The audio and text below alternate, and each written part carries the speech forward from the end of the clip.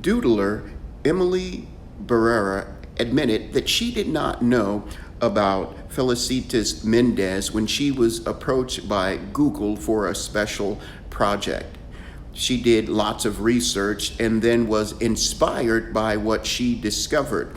And her admiration for Felicitas can be seen in the drawing that she provided to Google. This sketch was used on the first day of Hispanic Heritage Month to greet anyone who did a search on Google's site.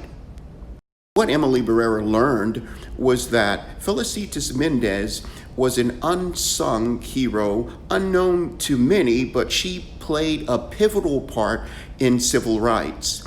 She was from Puerto Rico, and her family moved to the Southwest before she was a teenager. There, her father worked in the field, and she met Gonzalo Mendez, who became her husband.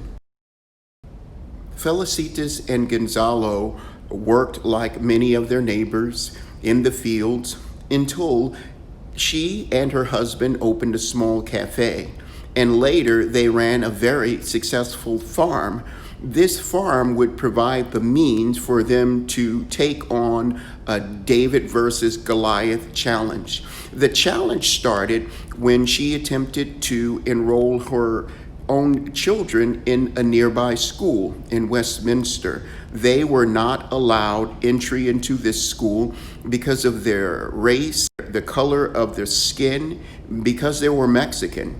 She could have easily accepted this fact like so many before her, but she and her husband decided to fight the system. They rallied their neighbors, they put their monies together, they hired a lawyer, and it became a very pivotal case in all civil rights.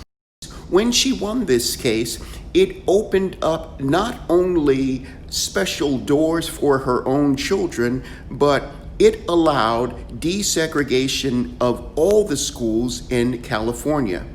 Now, if this weren't big enough, years later, for Brown versus Education, Thurgood Marshall used this case as a precedent.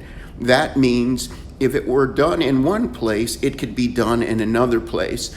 In fact, Brown versus Board of Education desegregated schools all across America.